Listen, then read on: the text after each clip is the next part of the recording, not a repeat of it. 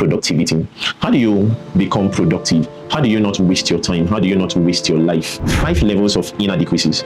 If you find yourself in any of these levels, you'll be so inadequate that you find it difficult to demonstrate or exhibit productivity. These are the hierarchies of inadequacy. Now, the first hierarchy of inadequacy have to do with wishful thinking. These are people that spend almost all the day, all their time, wishing that they had one resource or the other in creating whatever world or vision that they want to create. These are people that sees impediment in their vision, that sees a problem in every opportunity. They either wish they had something that they did not have in order to start. Now, I have to let you in on this. If you have an idea that requires the elements that you don't have to start it, it's a wrong idea. It's the right idea if it requires what you have, even though it will require beyond you to finish or continue. Second level have to do with activities. There are a whole lot of people that spend their whole time running around doing all sorts of things, one activity to the other. They are really never productive. How do you differentiate that this is productivity and not just activity?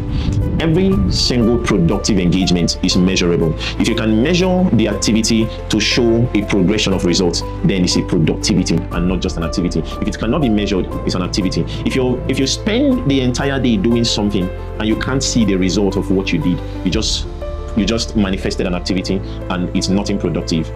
Every single thing that is productive can be measured. Now, when it has to do with measuring your activities, there are 2 ways you do that. Number 1 is using an acceptable metric. Let's say you've been working and you started with $1,000 and right now you have $1 million.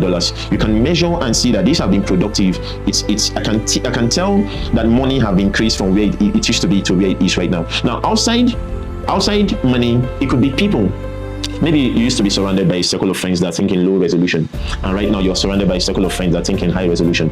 That is a metric that can measure that this is not just activities, this is not just running around, that this is productive. If not, you waste your time running around doing rubbish, just exhausting your energy, and at the end you have nothing to show for it.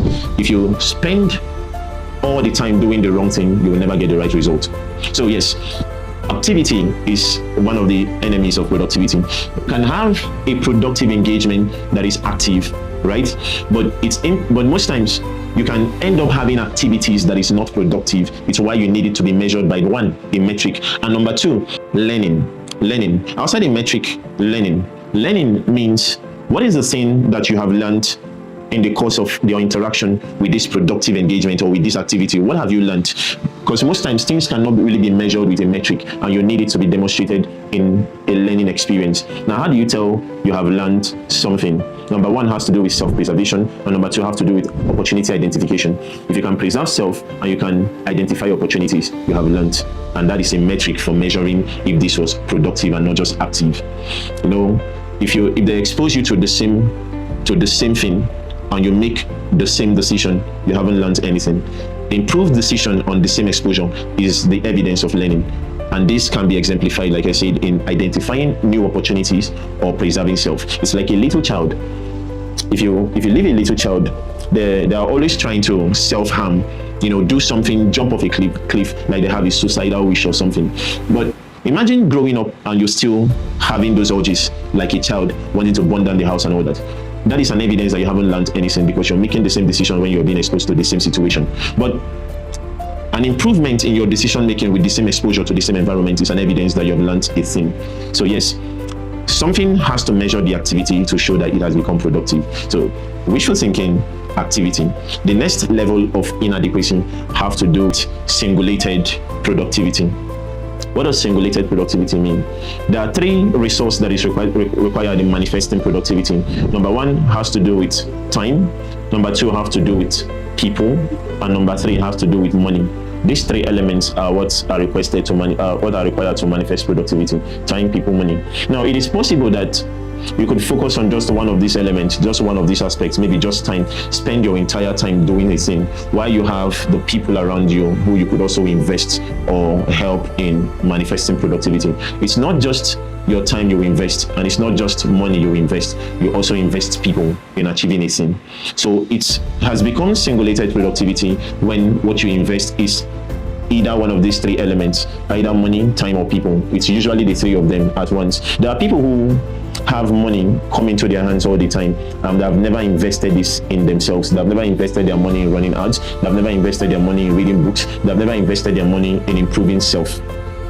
They have only invested their time in creating the same. These three elements, not just the singulated one of them, but the three of them have to be invested for productivity to be manifested: money, time, and people. Now, the next level, other than singulated productivity, is substituted productivity. At least 6 areas in your life that transformation is required. You know, every single time you become productive, you also become transformed. So how do you make sure that you are not just substituting these areas that you're supposed to get transformed in, but rather you're interchanging them? Now, here are the 6 areas. Number 1 have to do with your mind. Your mind is an area that you need to transform as you interact productively in your daily activities. Number 2 have to do with your finances. You can have your mind improved, but your finances can be poor. Now, number 3 have to do with your relationship, how you interact with people and how you interact with yourself, interpersonal and intrapersonal relationship. Now, number 4 have to do with your skills. Your skills. What are the things you learn? What are your crafts inside your money, your mind, your skills, your relationship, your health? It's important that you recognize that the vessel that moves this productive engagement and transformation forward, it's your body. The things you put on your body and the things you put in your body is an area you pay attention to. And then finally, for a particular kind of people that have an acceptance of things that are spiritual, your spirit. These are 6 areas that you manifest transformation in: your spirit, your money, your mind, your body, your relationship, and your finances. Now, here is what most people do. Most people assume that if they have one of these areas covered, if they have one of these areas in high performance of excellence, that's all they need to do is to substitute it for the other area. Most people believe that you should substitute one of these areas for the other. These are not areas you substitute. These are areas that you interchange. You can change one of these areas and manifest them into the other, but you can't substitute it for another. If not, you become incompetent. Now, here is how you interchange one for the other and not substitute one.